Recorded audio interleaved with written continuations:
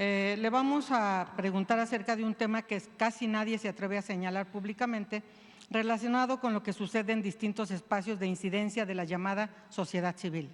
Y quienes exponen esta información siempre pagan un costo, pero con la convicción de que la sociedad tiene derecho a conocer todo lo que sucede y que hay que limpiar para abrir, le exponemos lo siguiente. Usted se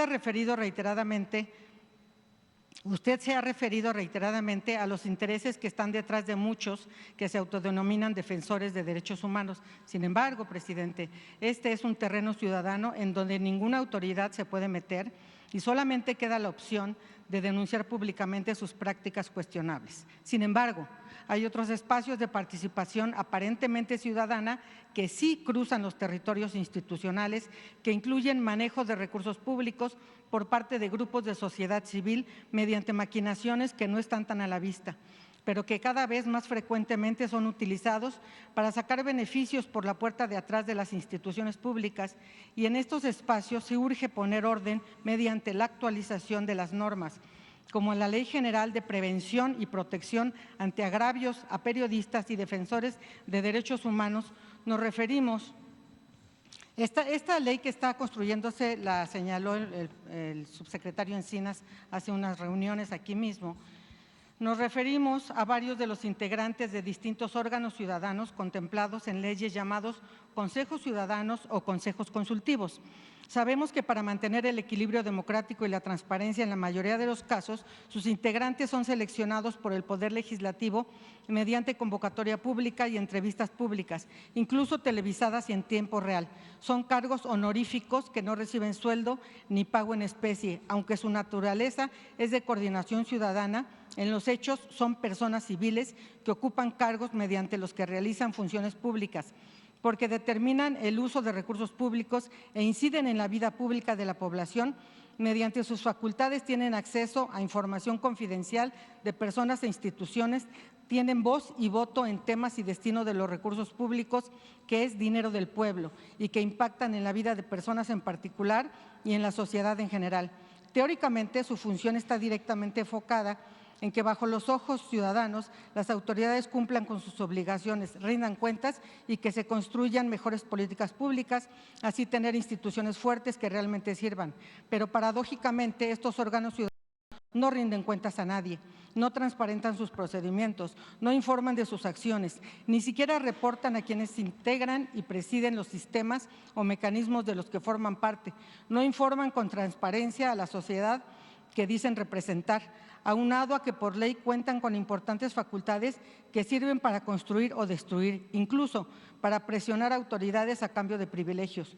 Muchas autoridades evitan confrontarse con ellos porque temen que les inicien recursos de quejas o denuncias ante los órganos internos de control o ante las comisiones de derechos humanos, y entonces les dejan hacer y deshacer a su antojo, creando así grupos de poder alternos dentro del corazón de las instituciones, donde fungen como coyotes y ejercen abiertamente el influyentismo y el tráfico de influencias en beneficio personal y de grupo, frecuentemente para impulsar los casos de sus propios despachos de abogados. Con la intención de garantizar principios de independencia y autonomía a estos órganos ciudadanos en la ley, se les ha dejado una manga tan ancha que las personas o grupos oportunistas de mercaderes de los derechos humanos que insertan en ellos a personas que usan las facultades que la ley les confiere para su beneficio sin medida ni supervisión. Dicen, presidente, que en casa del herrero asadón de palo. Actualmente, dentro de la misma SEGOV, el Consejo Consultivo del Mecanismo de Protección a Defensores y Periodistas ni siquiera es elegido mediante convocatoria pública del Poder Legislativo, sino que ellos mismos son juez y parte, porque en el gobierno del expresidente Calderón se les facultó a que sus integrantes sean elegidos por ellos mismos por 4 años y que se puedan reelegir por otros 4, y por eso actualmente algunos que fueron nombrados durante estos sexenios anteriores, algunos por ser recomendados por personajes conservadores, defensores de peluche, como el actual senador sin partido de largo apellido, es que ya tienen en estos cargos 8 años o más, periodos que se desconocen con certeza, ya que se niegan a informar cuándo entraron y así permanecen tomando y ejerciendo atribuciones excesivas que no solamente se usan para privilegiar a sus amigos o grupos afines, facilitando su incorporación al mecanismo y autorizándoles medidas millonarias, sino que además tienen acceso a la información que se encuentra en los expedientes de las personas beneficiarias y es fácilmente difundida por algunos de ellos fuera del mecanismo, vulnerando así la seguridad de las personas a las que el mecanismo pretende proteger, pero que poco pueden hacer contra estos abusos de poder. Este pasado 30 de octubre, después de 2 años de retraso injustificado, se cerró la convocatoria para elegir algunos integrantes de este Consejo Consultivo. Aunque la convocatoria la emitió el mecanismo, quienes exclusivamente seleccionarán a los nuevos integrantes son los mismos integrantes del actual Consejo, sin que se conozcan los criterios que emplearán para elegir a los perfiles. Actúan como las monarquías que van heredando el título a sus descendientes, cortesanos de la misma mata. Aunque actualmente hay algunos integrantes éticos y honestos, no son la mayoría, y sus voces son acalladas por los intereses creados. Algunas personas beneficiarias han tenido que solicitar por escrito que no se permite el acceso del Consejo Consultivo a la información de sus expedientes. Con estos ejemplos le preguntamos si usted está de acuerdo en que en las leyes se establezca con claridad que todos los órganos ciudadanos que en las dinámicas institucionales tengan voto para determinar el destino de los recursos públicos estén obligados por ley a la transparencia y permanente rendición de cuentas, siempre bajo principios democráticos, siendo seleccionados sus integrantes por convocatoria pública y procedimiento abierto del Poder Legislativo, nunca más siendo jueces y parte, eliminando antidemocráticas prácticas de cónclave. Le preguntamos si está de acuerdo en impulsar los cambios a las leyes respectivas y en las nuevas leyes como esta que señaló el subsecretario Encinas, para puntualizar con claridad y transparencia las facultades de estos órganos ciudadanos y qué opina de esta situación. Pues yo apoyo a Alejandro Encinas en todo lo que está llevando a cabo para la defensa de los derechos humanos y también para resolver sobre estos organismos que de verdad ayuden a proteger a los periodistas, a los luchadores sociales, porque se crearon muchos de estos organismos para simular de que se atendían los graves y grandes problemas nacionales. Se fueron creando, ya lo hemos dicho varias veces, no solo en México, en el mundo, durante todo el periodo neoliberal, se fueron creando organismos supuestamente autónomos de la sociedad civil para todos, empezando por la actitud de la ONU, que tiene un sinnúmero de estos organismos que no ayudan en nada, son aparatos onerosos, costosísimos,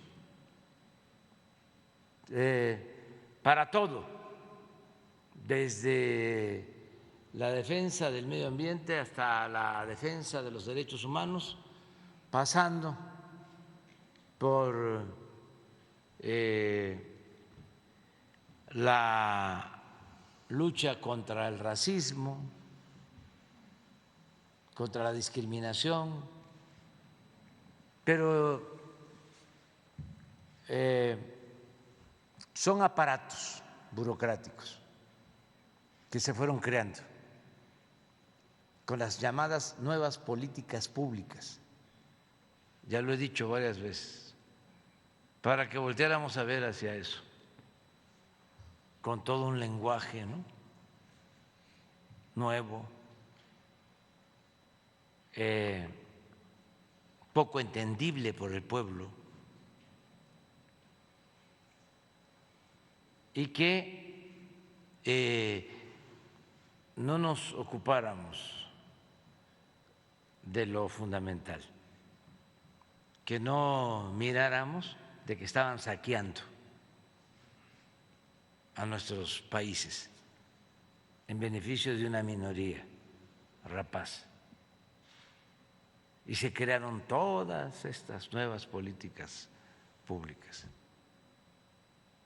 Siempre he dicho que en México el principal problema desde hace siglos ha sido el de la corrupción. Y cuando más corrupción ha habido en toda la historia fue en el periodo neoliberal. En los 36 años del llamado neoliberalismo o neoporfirismo. Y no se tocó el tema. Es más, ni siquiera era delito grave la corrupción, porque Salinas modificó el Código Penal y quitó a la corrupción como delito grave. Sin embargo, se crearon organismos para supuestamente combatir la corrupción, como el de la transparencia, todo esto promovido por la llamada sociedad civil. Y todos estos organismos supuestamente autónomos vinculados al conservadurismo, a las minorías, hasta los de derechos humanos. O más ellos. Sí. Una gran farsa. Y vivían del presupuesto público, del dinero del pueblo. Imagínense cuánto se llevaban las organizaciones sociales del presupuesto durante el periodo neoliberal. Miles de Las millones. organizaciones campesinas independientes, independientes entre comillas, las organizaciones de la llamada sociedad civil, las organizaciones supuestamente no gubernamentales. Todavía en el caso de la política en Estados Unidos, cuando les hablamos, les insistimos que hay que apoyar a los países de Centroamérica para que la gente no se vea en la necesidad de emigrar. Tienen dos mecanismos de respuestas. Uno es entregarles apoyos a organizaciones de la llamada sociedad civil, que nunca llegan a los beneficiarios. Es dinero que se queda en estos aparatos supuestamente independientes. Y el otro mecanismo con el que supuestamente quieren resolver el problema es de que lleguen empresas extranjeras a invertir y que esto va a generar empleos y ya va a cambiar las cosas. Pero bueno, lo que está sucediendo en México es distinto y se están llevando a cabo estos cambios. No les gusta mucho a los que vivían al amparo de estas políticas de simulación, pero pues ahí vamos, poco a poco, y el hecho de que Alejandro Encinas esté a cargo de estos programas, pues es una garantía. Por ejemplo, hay una organización de defensa a los periodistas. completamente conservadora, completamente reaccionaria. No actúan con independencia real, con profesionalismo, no. Y así muchas organizaciones supuestamente independientes. Sí, presidente. Pero Por eso tenemos Alejandro que Encinas. seguir con Encinas buscando que se democraticen todos estos procedimientos y que se vayan protegiendo realmente a los que necesitan. Sí, justamente de Apoyo. lo que usted está diciendo de Alejandro Encinas, el pasado 27 de octubre, él señaló sobre la nueva Ley General de Prevención y Protección ante agravios a periodistas y defensores de derechos humanos. Actualmente esta iniciativa ya está muy avanzada porque se está redactando con la participación directa de periodistas y defensores de todo el país. Durante al menos 15 foros realizados este año por la Secretaría de Gobernación en distintas entidades federativas. Varios camaradas de los aquí presentes hemos asistido y opinado respecto de la necesaria exigencia de colocar procedimientos más democráticos y transparentes y la erradicación de los vicios que se heredaron de administraciones pasadas. Es necesario contar con esta ley porque los riesgos que enfrentamos periodistas y defensores son mayormente producto de maquinarias violentas que continúan operando para silenciarnos desde grupos de poder que sienten afectados sus intereses. Es indispensable una ley general porque en ella se establecen con claridad las facultades, competencias y concurrencias de los 3 niveles de gobierno mediante participación integral y equitativa. Eleva jurídicamente el nivel de prevención y protección que garantiza realmente los derechos a defender derechos humanos y a informar con libertad.